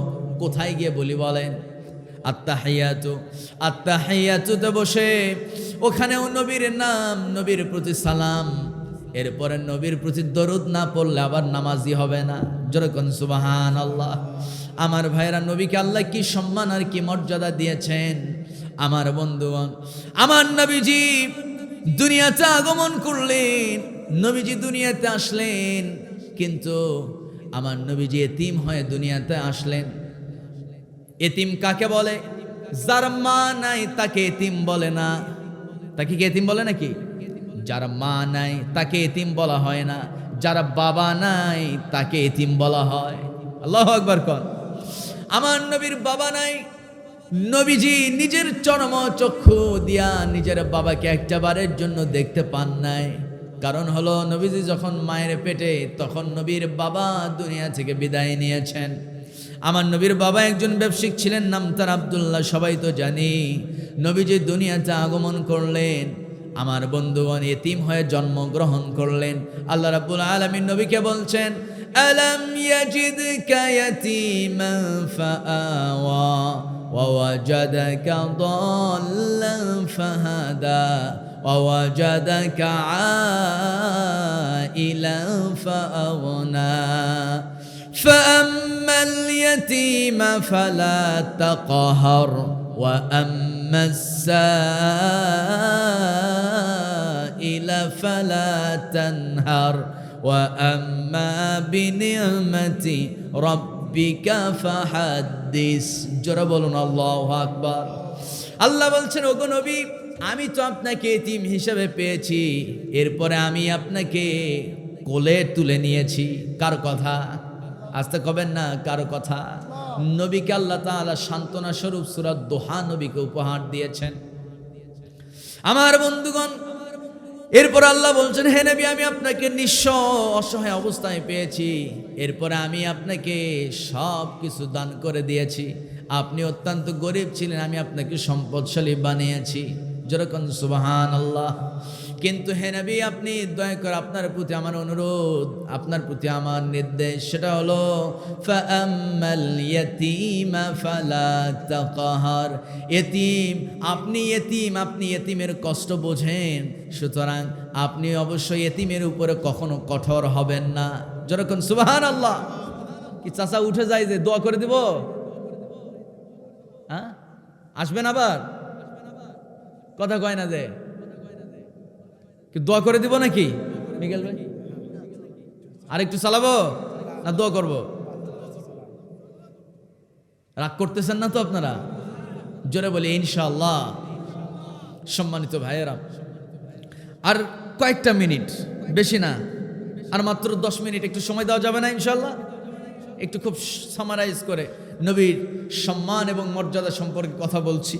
সম্মানিত বন্ধুগণ, আমার নবীকে আল্লাহ কি পাওয়ার দিয়েছেন। আবু জেহেল একদিন বলতেছে, মুহাম্মদ, তুমি যদি সত্যিই আল্লাহর নবী হয়ে থাকো, তাহলে তুমি আকাশের চাঁদকে তোমার আঙ্গুল দিয়া ইশারা দিয়ে দুই খণ্ড দ্বিখণ্ডিত করে দেখাও। সুবহানাল্লাহ কারো মুখে না, একটু জোরে কর না সুবহানাল্লাহ।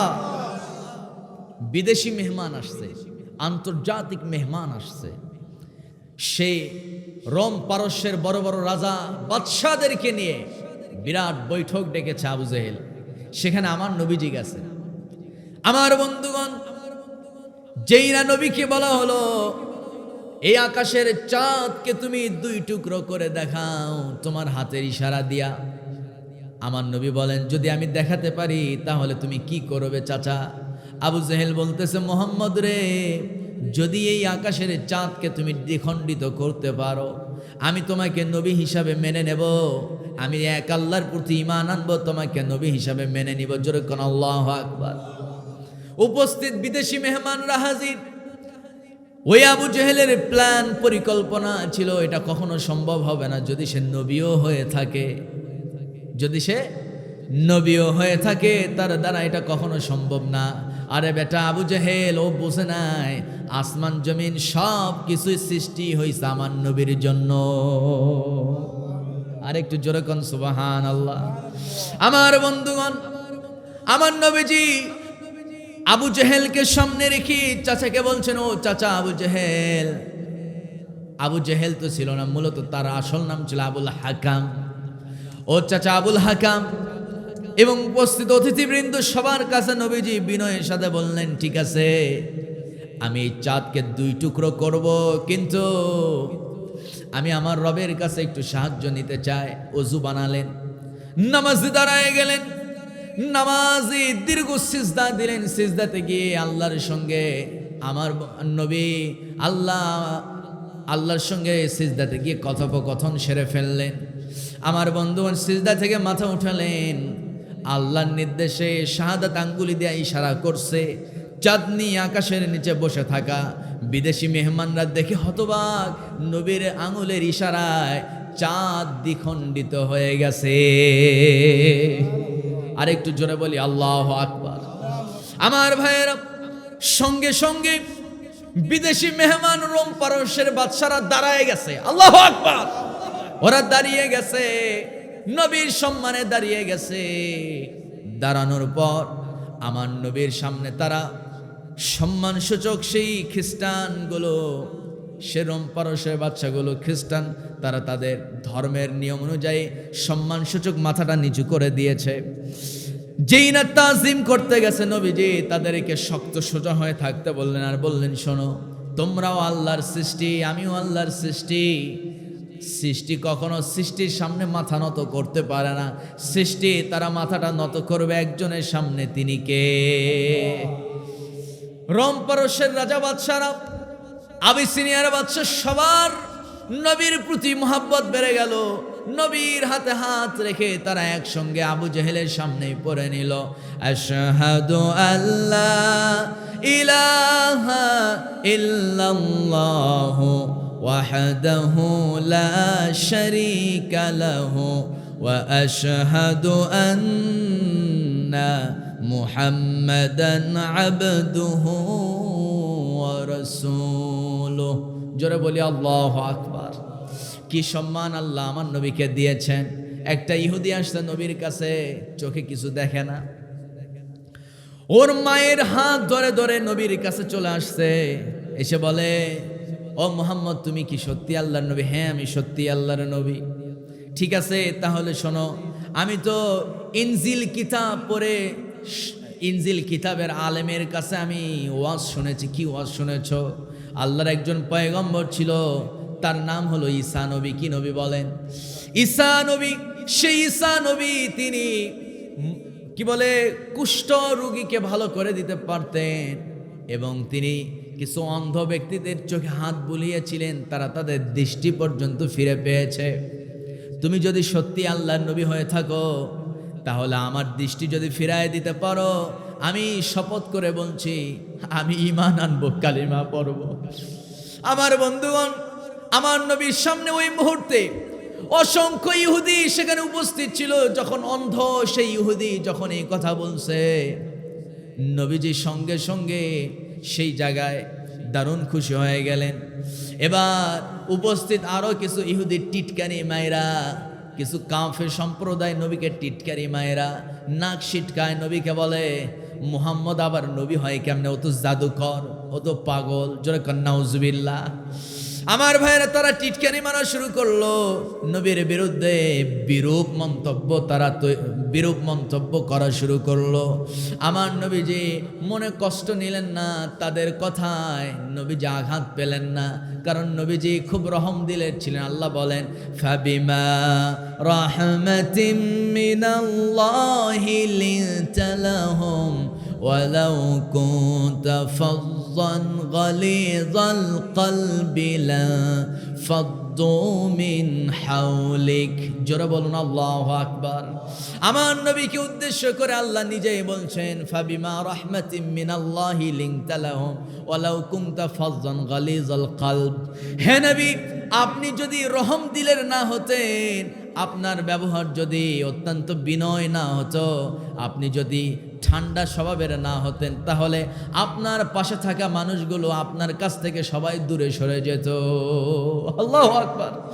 নবীকে তারা বিরূপ মন্তব্য করেছে, টিটকারি মারছে, নবীর শানে খারাপ মন্তব্য করেছে। আমার নবীকে এমনও কঠিন শব্দ ইউজ করেছে, নবীকে বলেছে, মুহাম্মদ, তুমি কি মনে করেছো তোমার বাবা দুনিয়া থেকে বিদায় হয়েছে? না না, তোমার মা আমেনা, সে তো পতিতাবৃত্তি করতো। যেরকম নাউজুবিল্লাহ। আমার বন্ধুগণ বলছি, তোমার মা, তার চরিত্র ভালো ছিল না, তুমি একজন জারজ সন্তান। সঙ্গে সঙ্গে আল্লাহ এই কথা সহ্য করতে পারে নাই। আল্লাহ নিজেই তখন আয়াত নাজিল করলেন, উতুল্লিম বাদা যালিকা জানিম। আল্লাহু আকবার। আমার ভাইয়েরা, আমার বন্ধুগণ, ওই মুগিরা কাট্টা কাফের যখন নবীকে এই কথা বলছে, নবীর উপর আয়াত নাজিল হয়ে গেল, হে নবী, আপনি তাকেই বলে দেন, সে হচ্ছে জারজ। এবার সেই কাফের যখন শুনছে, অতুল্লিম বাদা যালিকা জানিম, যারা নবীকে গালমন্দ করে তারা হলো জারজ সন্তান।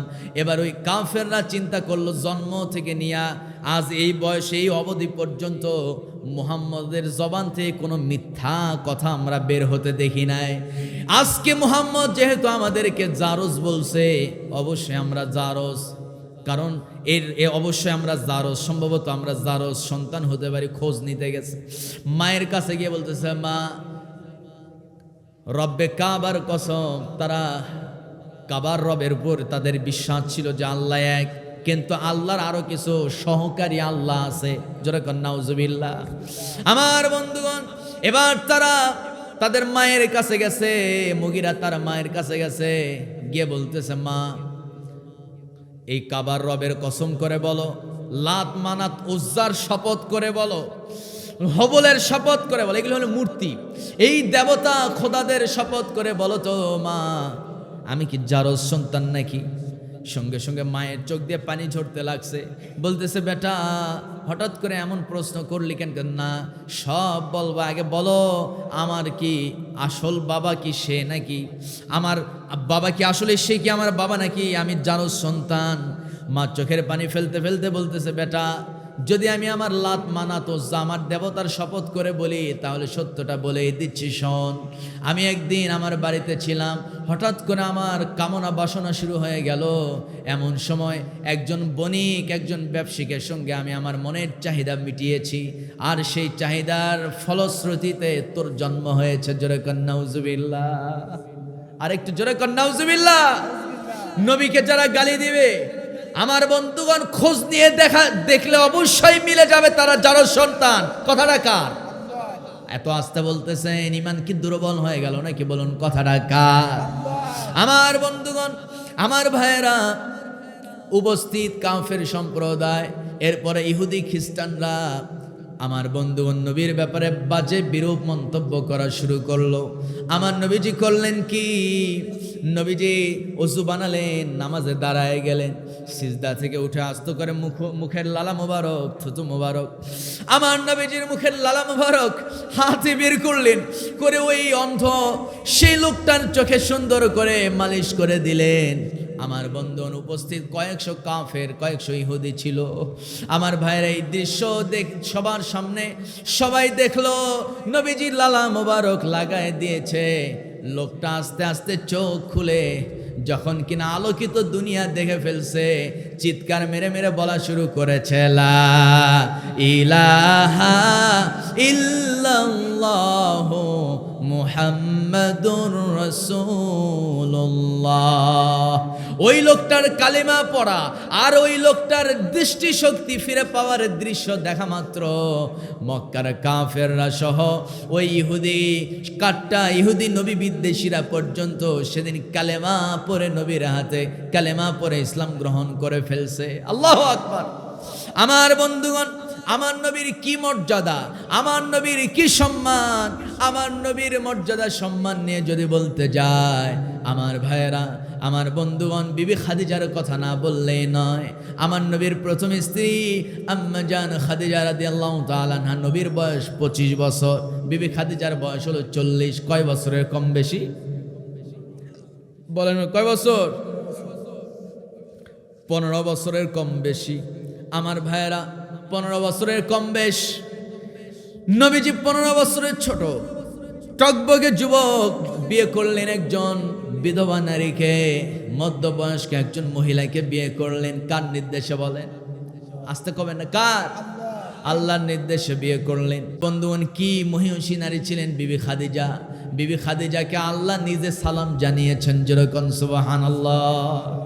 আমার ভাইয়েরা, আমার বন্ধুগণ, আমার নবীজির প্রথম স্ত্রী বিবি খাদিজার কথা বলার আগে নবীর চাচার কথা না বললেই না। নবীর চাচার নাম হলো আবু তালেব। মুমূর্ষু অবস্থা, মৃত্যুবরণ করবেন, যে কোনো মুহূর্তে দুনিয়া থেকে বিদায় নেবেন। নবীজি খবর পাওয়া মাত্র, বাবার আদর তো পান নাই, বাপকে তো দেখেন নাই, চাচাকে বাবা মতো সম্মান করতেন, বাবার মতো শ্রদ্ধা করতেন। আমার নবীজি বিপদে আপদে এই চাচা আবু তালেব নবীকে সবচেয়ে বেশি শেল্টার দিয়েছিল।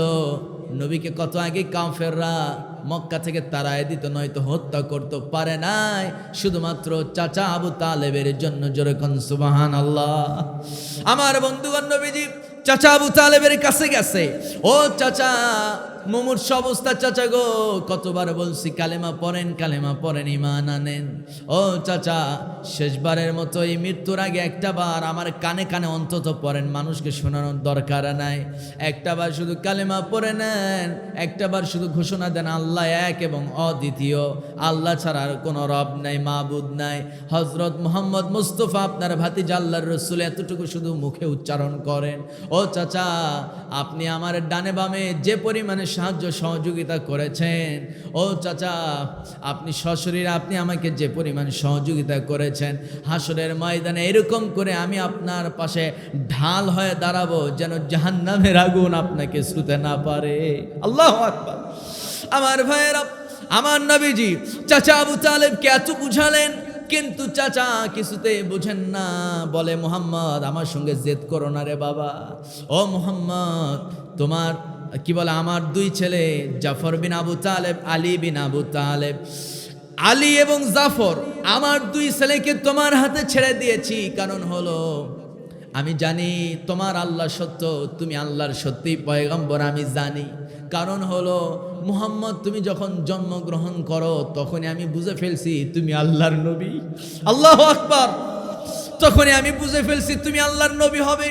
কেমনে বুঝলেন চাচা, কিভাবে বুঝলেন? মুমূর্ষ অবস্থা মারা যাবেন এমন মুহূর্তে চাচা আবু তালেব নবীর সেই জন্মদিনের কথা, যেদিন দুনিয়াতে আসছে, নবী আগমনের প্রথম দিনের কথা স্মৃতিচারণ করা শুরু করলেন। চাচা আবু তালেব বলছেন, মুহাম্মদ বাতিজারে, যখন তোমার জন্ম হলো, ও মুহাম্মদ, আমি আমার মেষের পাল নিয়ে কেবল বাড়িতে আসছি, সন্ধ্যা নেমে আসছে, সন্ধ্যা হয়ে গেছে, সূর্য পশ্চিম দিকে ডুবে গেছে, আকাশে চাঁদ উঠে গেছে। হঠাৎ করে আকাশের দিকে তাকায় দেখি চাঁদ নাই, চাঁদ গেল কোথায়? এদিকে মনের মধ্যে প্রবল আকাঙ্ক্ষা, আমি তোমাকে দেখতে যাব, তোমার জন্ম হয়েছে, তোমাকে দেখব। এই চিন্তা মাথায় নিয়া আমি তোমাকে দেখতে যাচ্ছি, কিন্তু হঠাৎ করে আকাশের চাঁদ হারায় গেছে, আকাশের চাঁদ দেখতে পাচ্ছি না। আকাশের চাঁদের কারণে আমি পথগুলো দেখতে পাচ্ছিলাম। চাঁদ যখন দেখি আকাশে নাই, আমি চিন্তা করলাম অন্ধকার ছেয়ে গেছে, যাইতে আমার কষ্ট হচ্ছে। কোনো মতো কষ্ট করে বাড়িতে গেলাম। মুহাম্মদ বাড়িতে যাওয়ার পর, ও বাতিজা মুহাম্মদ, আমি যাওয়ার পর দেখি তোমার মা ডুকরে ডুকরে কাঁদে। তোমার মা কাঁদতে কাঁদতে পেরেশান হয়ে গেছে। তোমার মায়ের কান্না থামানোর জন্য তোমার চাচি, তোমার ফুপি, তোমার দাদি ব্যস্ত হয়ে গেছে। পাশের রুমে দেখি তুমি মুহাম্মদ একটা চৌকির উপরে, একটা নরমাল একটা চৌকির উপরে শুয়ে আছো। তোমার ডানে বামে কেউ নাই। কিন্তু মুহাম্মদ, সেদিন আমি এমন একটা দৃশ্য দেখছি, তুমি বিশ্বাস করবা কিনা জানি না। আজকে মুমূর্ষ অবস্থা, মৃত্যুর আগে সেই দৃশ্যটা আমি তোমাকে বলে যাই, এতদিন বলি নাই। ও মুহাম্মদ, তুমি হয়তো বিশ্বাস করবা না, কিন্তু আল্লাহি রাব্বুল কাবা, এই কাবার রবের কসম করে বলি, সেদিন আমি দেখছি, যা দেখছি তাই বলতেছি, শোনো। আমি দেখলাম মুহাম্মদ রে, তুমি ওই কি বলে খেজুর পাতার বানানো বেড়ার ঘর, সেই ঘরে একটা জ্বালানা আছে। আমি দেখতে পেলাম তোমার মাথার উপরে তেমন কিছু নাই, কিন্তু আকাশে চাঁদ ঘরের জালনার বাইরে অবস্থান করতেছে। আর তুমি ডান হাত নাড়াও, তোমার ডান হাতের সাথে সাথে কিছু ডিস্টেন্স, কিছু দূরত্ব বজায় রেখে আকাশের চাঁদ তোমার সঙ্গে লাফালাফি করতেছে। তুমি যখন বাম হাত নাড়াও, ডান পাশে থাকা চাঁদ বাম দিকে চলে আসে, ওই বাম দিকে এসে লাফালাফি করে। মুহাম্মদ, তোমার ঘরটা তোমার নূরে আলোকিত হয়ে গিয়েছিল। ও মুহাম্মদ, আমি কি সেদিন ওই দৃশ্য সত্যি দেখছি নাকি? আমার নবীজি কথা শোনা মাত্র জবাব দিলেন না, কিছুক্ষণ মুখ বন্ধ করে চুপ মেরে থাকলেন। কারণ হলো মুহূর্তের মধ্যে নবীর কাছে আল্লাহ তাআলা জিবরাইল আলাইহিস সালামকে পাঠায় দিয়া সেদিনের তথ্য নবীকে জানায় দিলেন। কিছুক্ষণ নবীজি চুপ মেরে থেকে এরপর আমার নবীজি বলছেন, ও চাচা, মাত্র জিবরাইল আসছিল, জবাব দিতে লেট হয়ে গেছে, এবার জবাব দাও ভাতিজা, কি খবর আসলো? আমার নবীজি বলছেন, ও চাচা, জিবরাইল আমিন আমাকে জানায় দিয়ে গেল, সেই মুহূর্তে, সেই দিন আমার মা আমাকে যখনই আমার চেহারা দেখে, স্বামীর কথা মনে পড়ে যেত, আমার বাবার কথা মনে পড়ে যেত। একটা সন্তান জন্ম নেওয়ার পর যেই মানুষটা সবচাইতে বেশি খুশি হওয়ার কথা, সেই মানুষটা বিদায় নিয়েছে, মানে আমার বাবা দুনিয়া থেকে বিদায় নিয়েছে।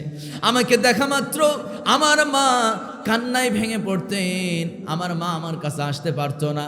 মায়ের কান্না থামানোর জন্য আমার চাচি, আমার ফুপি, আমার দাদি ব্যস্ত হয়ে পড়তো। ওই সময় আমাকে দেখার কেউ নাই, আমার সঙ্গে কে খেলা করবে, কে দেখবে, কে খোঁজ নেবে, কেউ নাই। ওই মুহূর্তে আল্লাহ তাআলা কিছু সময়ের জন্য ওই আকাশের চাঁদকে আমার জন্য খেলনা বানিয়েছিলেন। জোরে কোন সুবহানাল্লাহ।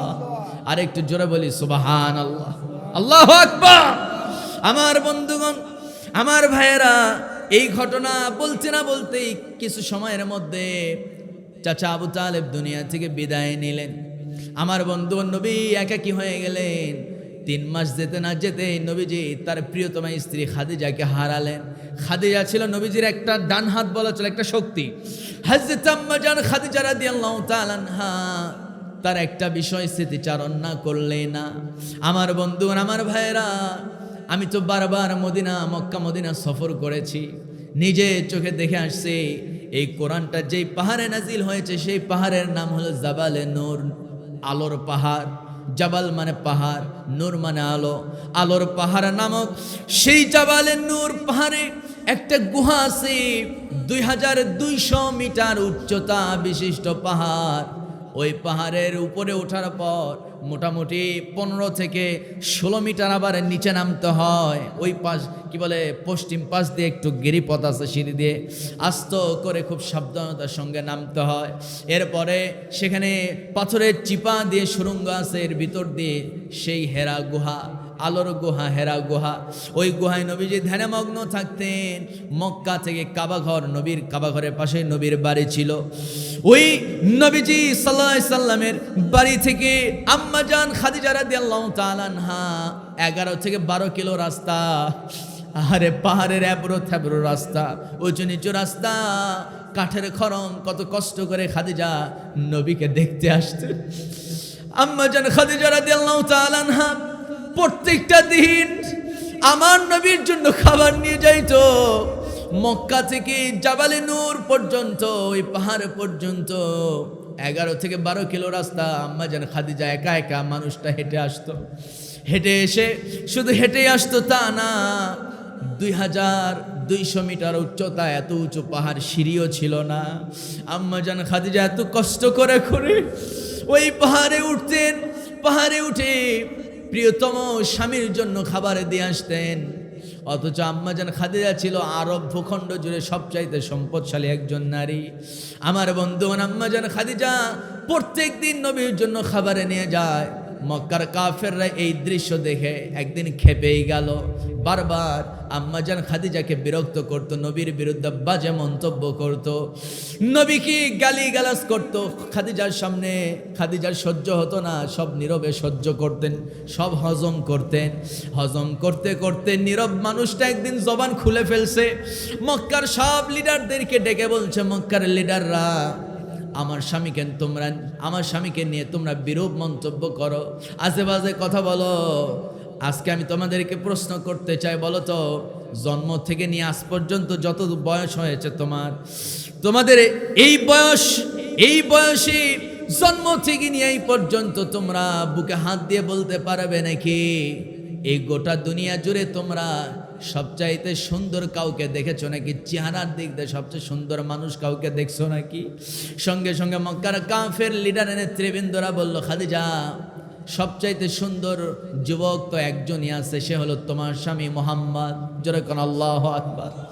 আমার বন্ধুগণ, এরপরে আম্মা জান খাদিজা কাফের নেতৃবৃন্দকে প্রশ্ন করলেন, ও মক্কার কাফের লিডাররা, তোমাদের কাছে 2 নাম্বার প্রশ্ন, বলো তো, এই জীবদ্দশায় তোমরা সত্যবাদী হিসাবে কাউকে কি দেখছো নাকি? কে হ্যাঁ দেখছি। কাকে দেখছো? তোমার স্বামী মুহাম্মদ। আমরা বলবো সাল্লাল্লাহু আলাইহি ওয়াসাল্লাম। এরপরে 3 নাম্বার প্রশ্ন করলেন, ও মক্কার লিডাররা, বলো তো, সবচাইতে সুন্দর অনুপম চরিত্র, সবচাইতে সুন্দর চরিত্রের অধিকারী কাউকে দেখছো নাকি তোমাদের জীবনে? মক্কার কাফের নেতৃবৃন্দ বলল, খাদিজা, সেটাও তো তোমার স্বামী। এবার আম্মা জান খাদিজা প্রশ্ন করলেন, বলো তো, এই মক্কা নগরী জুড়ে সবচাইতে শ্রেষ্ঠ বংশের নামটা কি? যে বংশের ব্যাপারে কোনো কালি নাই, কোনো সেই বংশের ব্যাপারে কোনো দুর্নাম নাই, এরকম কোনো বংশ আছে? হ্যাঁ আছে। কে বংশ? কুরাইশ বংশ। জোরে কোন আল্লাহু আকবার। আমার বন্ধুগণ, আমার ভাইয়েরা, এই কথা বলা মাত্র এবার মক্কার কাফেররা বলতেছে, শোনো খাদিজা, এসব আবল তাবল বলে লাভ নাই। ও খাদিজা, তোমার রুচির দুর্ভিক্ষ শুরু হয়ে গেছে। কেমনে? খাদিজা, তুমি শুধু চেহারা দেখছো, মোহাম্মদ সুন্দর চেহারা অধিকারী, ঠিক আছে, সে সত্যবাদী, সেটাও ঠিক আছে, সে সবচাইতে সুন্দর চরিত্রের মানুষ, সেটাও ঠিক আছে, সে সবচাইতে শ্রেষ্ঠ বংশে জন্মগ্রহণ করছে, ওইটাও ঠিক আছে, কিন্তু খাদিজা, ওই মুহাম্মদের সঙ্গে তোমার যায় না। কারণ হলো মুহাম্মদ বড় অভাবী, আর গোটা দুনিয়া জুড়ে, আরব ভূখণ্ড জুড়ে তুমি সবচাইতে সম্পদশালী। আমার বন্ধুগণ, সঙ্গে সঙ্গে খাদিজা হাত উঁচু করে, শাহাদাত আঙ্গুলি উঁচু করে বলছেন, আকাশ এবং জমিন যিনি সৃষ্টি করেছে ওই রবের নামে কসম খেয়ে আজকে আমি বললাম, যেহেতু তোমাদের জবান থেকে এই কথা বের হয়েছে, তোমরা যেহেতু স্বীকার করলে আমি সবচাইতে বড় সম্পদশালী, আজকে আমি সবাইকে সাক্ষী রেখে বললাম, আমার সমস্ত সম্পদ আমার স্বামীর নামে লিখে দিলাম। আরেকটু জোরে কোন সুবহানাল্লাহ। আমার বন্ধুগণ, কি সম্মান, কি মর্যাদা আমার নবীকে আল্লাহ দিয়েছেন। একজন মহিয়সী নারী আল্লাহ তাআলা নবীর জীবন সঙ্গিনী বানিয়ে দিয়েছেন। এই কথা যখন বলছে বিবি খাদিজা, যখন বলছে আমার সমস্ত সম্পদ নবীর নামে, ব্যবসা বাণিজ্য সব নবীর নামে লিখে দিলাম, আমার বন্ধুগণ, এবার খাদিজা রাদিয়াল্লাহু তাআলা আনহা মক্কার কাফিরদেরকে পাঠায় দিয়া কিছু খাবার নিয়া নবীর সাক্ষাতে চলে গেলেন। দীর্ঘ পথ 11 কিলোমিটারের পথ পাড়ি দিয়া পায়ে হেঁটে নবীর কাছে গেলেন। যাওয়ার পর পাহাড় বেয়ে বেয়ে উপরে উঠতেছে, সিঁড়ি নাই। নবীজির স্ত্রী আম্মাজান খাদিজা দারুণ কষ্ট সহ্য করে, খুব কষ্ট করে উপরে উঠতেছেন। এখন তো সিঁড়ি আছে, সিঁড়ি থাকার পরও আমরা যুবক মানুষ উঠতে গিয়ে হাঁপায়ে যায়। বিবি খাদিজা আস্তে আস্তে উঠতে উঠতে হঠাৎ করে পা পিছলে গেছে। আম্মাজান খাদিজার বৃদ্ধাঙ্গুলির এই নখটা উঠে গেছে, রক্ত ফেনকি দিয়া বের হয়। এই নখ যদি উঠে যায়, কি যন্ত্রণা, কি ভীষণ কষ্ট। আম্মাজান খাদিজা ব্যথায় কাতর হয়ে গেছে, জায়গায় বসে গেছে, উঠতে পারে না। অনেক কষ্ট করে করে আমার বন্ধুগণ আম্মাজান খাদিজা নবীর কাছে গিয়েছে। এরপরে নবীজি বলছে, ও খাদিজা, তোমার পা একটু বের করো তো, কি হয়েছে দেখি। আম্মাজান খাদিজা বলছেন, আমি আপনাকে কিছুই বললাম না, আমার পায়ের খবর আপনাকে কে দিল? ও খাদিজা, তুমি কি ভুলে গেছো, আমি শুধু তোমার স্বামী না, আমি একজন শেষ পয়গম্বর, আল্লাহর নবী। জোরে কোন সুবহানাল্লাহ। আমার বন্ধুগণ, পা বের করে দিয়েছেন বৃদ্ধাঙ্গুলিতে, আমার নবীজি মুখের লালা মুবারক লাগাই দিলেন, যন্ত্রণা কমে গেল। জোরে কোন সুবহানাল্লাহ। আম্মাজান খাদিজাকে নবীজি বলছেন, খাদিজা রে, এখানে আসার পূর্বে মক্কার কাফেরদের সঙ্গে তোমার কি ঘটনা ঘটছে, আল্লাহ জিব্রাইলকে পাঠায় দেয়, সব খবর আমাকে দিয়েছেন।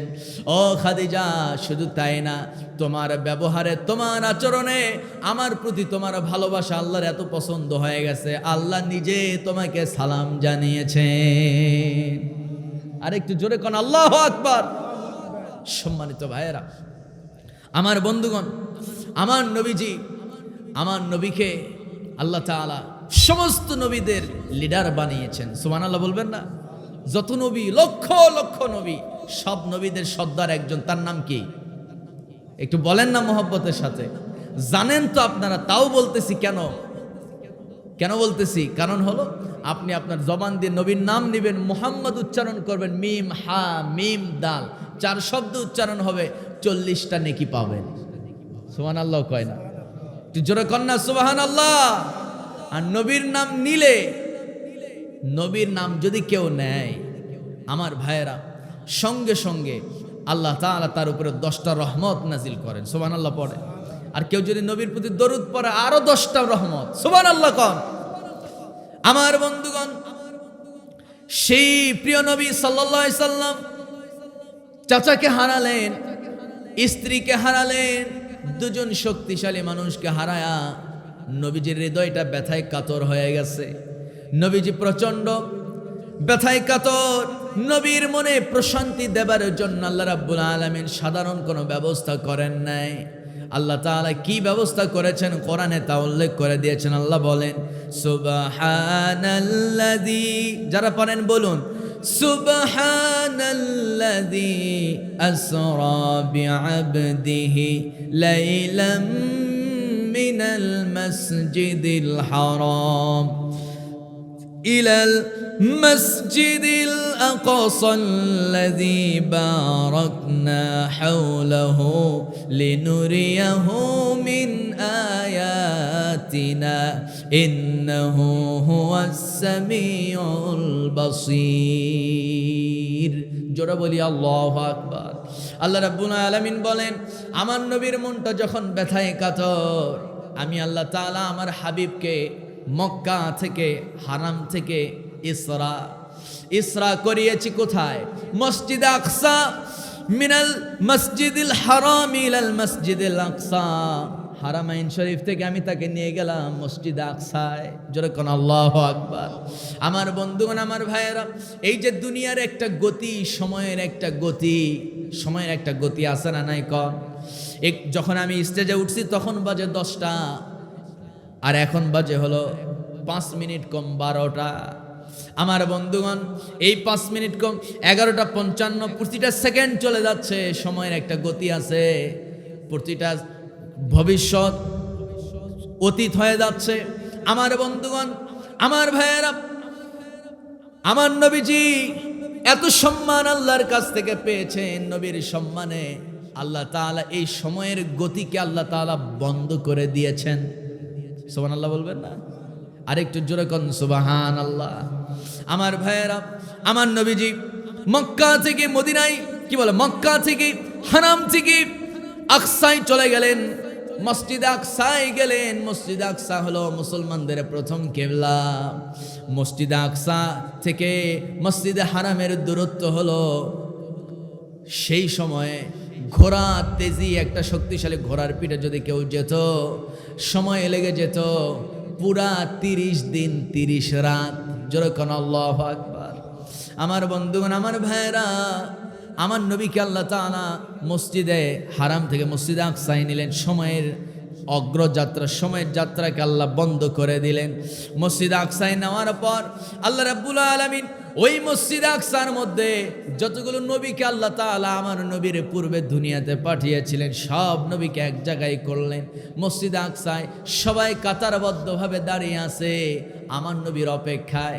যেই না নবী মসজিদ আকসায় ঢুকছে, দোয়া পরে যেই না ডান পা ঢুকায় দিয়েছে, সব নবী সালাম দিয়েছে, আসসালাতু ওয়াসসালামু আলাইকা ইয়া রাসূলুল্লাহ। আল্লাহু আকবার।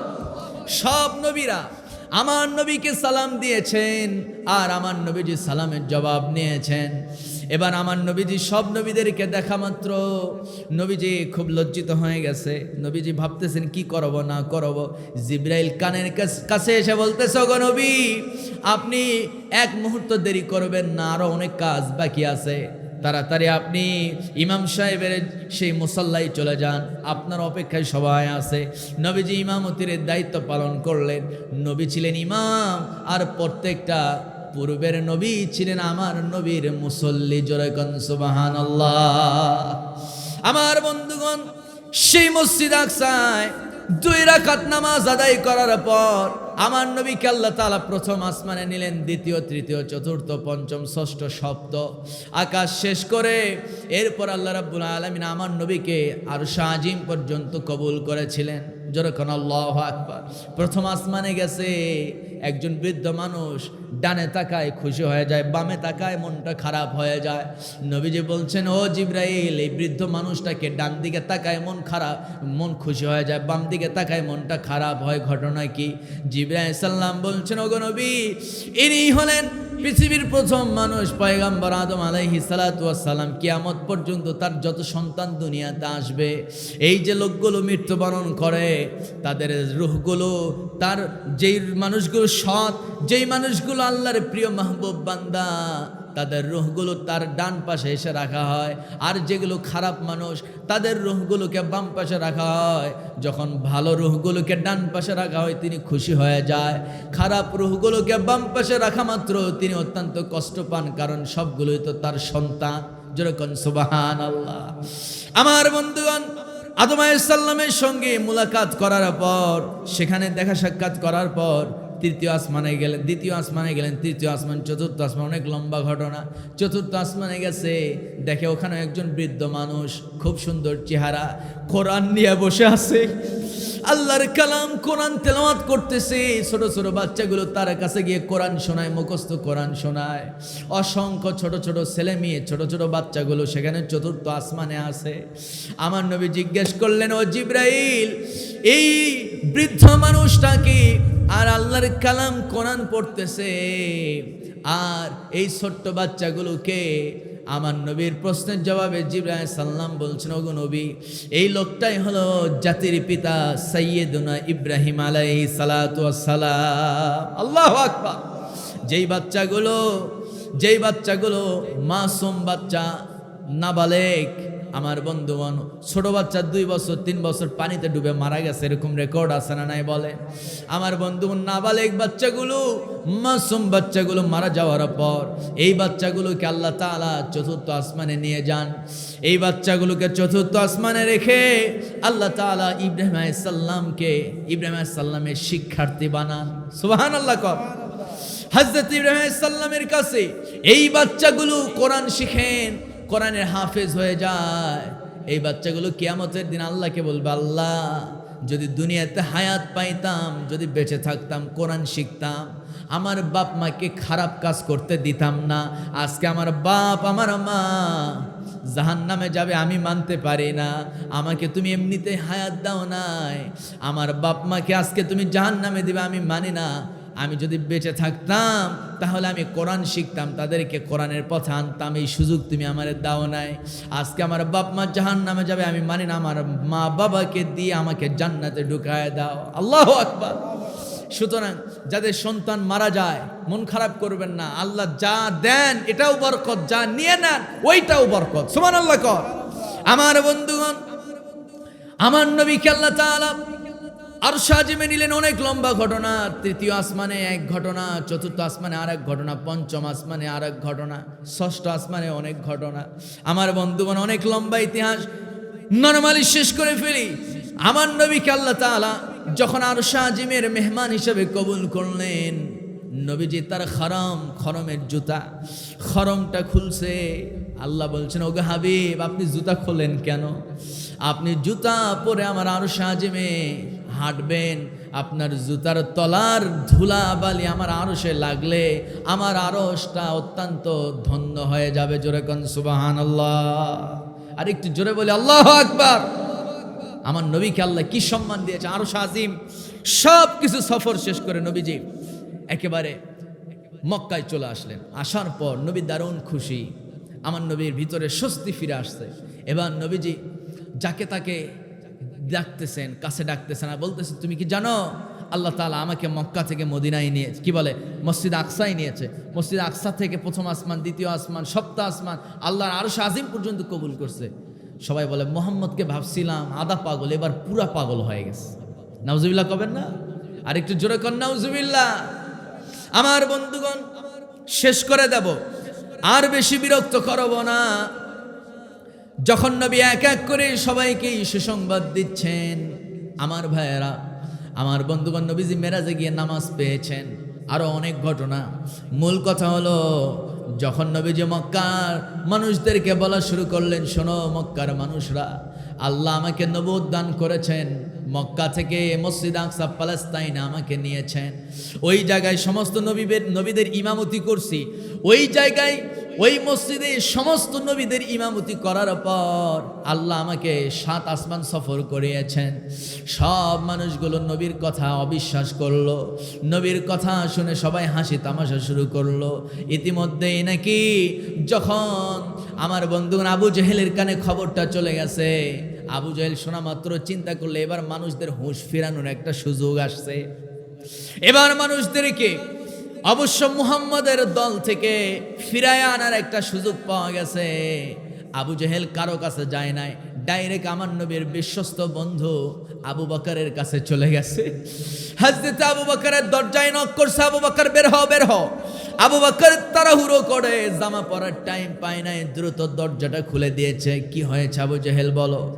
আবু জেহেল বলতেছে, ও আবু বকর, ঘরের মধ্যে থাকার আর সুযোগ নাই, এবার এমন একটা তথ্য তোমাকে শোনাবো, তোমার মনের মধ্যে থেকে অন্ধ ভক্ত বলতে যা কিছু আছে সব দূর হয়ে যাবে, তোমার মনের মধ্যে যা ভুল ত্রুটি আছে সব তোমার আজকে চোখ খুলে যাবে। চলো।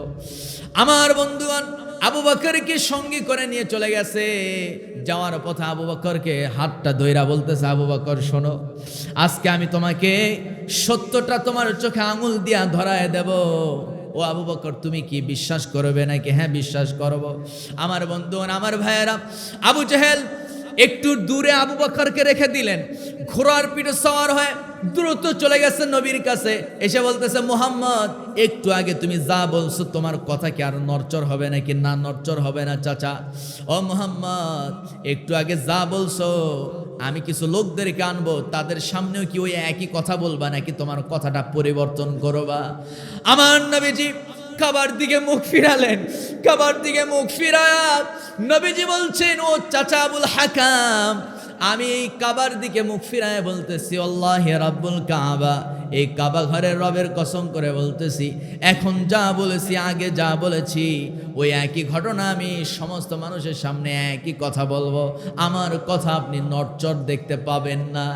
এবার আবু জাহেল করছে কি, নবীকে কাবার পাশে বসে রেখে, কিছু লোক নবীর পাশে বসায় রেখে ঘোড়ার পিঠে সওয়ার হয়ে আবু বকরকে যেখানে বসে রাখছে আবু বকরকে নিতে গেছে। আবু বকর রাদিয়াল্লাহু তাআলা কে নিয়া এবার নবীর কাছে এসে বলতেছে, ও মুহাম্মদ, একটু আগে যা বলছো এবার আবু বকরের সামনে ওই কথাটা বলো। এবার নবীজি ওই একই কথা বললেন, আমি মসজিদে হারাম থেকে মসজিদে আকসায় গেছি, সেখান থেকে ঊর্ধ্বগমন করেছি, নবীদের ইমামতি করেছি। আমার বন্ধুগণ, আমার ভাইয়েরা, এবার আবু জেহেল বলতেছে, ওরে আবু বকর, ওরে আবু বকর, তুমি কি নিজে চোখে দেখছো নাকি? মুহাম্মদ কি বলছে? হ্যাঁ, নিজে চোখে দেখছি। তুমি কি নিজে কানে শুনছো? হ্যাঁ, নিজে কানে শুনছি। আবু বকর, এবারে বলো, মুহাম্মদ কি আধা পাগল না পুরা পাগল? আবু বকর রাদিয়াল্লাহু তাআলা আনহু মুখটা ফিরায় কাবার দিকে মুখ ফিরায় বলছে, আল্লাহি রাব্বুল কাবা, কাবার রবের কসম করে বলি, আমার নবীজি যা বলেছে আমি তাই মেনে নিলাম। আর একটু জোরে কোন আল্লাহু আকবার। আমার নবীজি সিজদায় পড়ে গেছে, হাউমাউ করে কান্না শুরু করছে, আল্লাহকে বলছে, আল্লাহ, কয়েক ঘন্টা চলে গেল, মিরাজ সফর করে আসলাম, কতগুলো মানুষকে বললাম, কেউ আমার কথাটা মেনে নিল না। কিন্তু আমার আবু বকর যা শুনছে, সামিয়ানা আতানা, যা শুনছে সেটাই বিশ্বাস করছে, সেটাই মেনে নিয়েছে। আমার বন্ধুগণ, আমার ভাইয়েরা, সঙ্গে সঙ্গে আল্লাহ তাআলা জিব্রাইলকে পাঠায় দিলেন। জিব্রাইলকে পাঠায় দেয়া বলছেন, ও জিব্রাইল, যাও আমার হাবিবকে মাথা উঠাতে বলো, আর জানায় দাও আল্লাহ স্বয়ং আবু বকরকে সালাম জানিয়েছে। আর একটু জোরে কর আল্লাহু আকবার।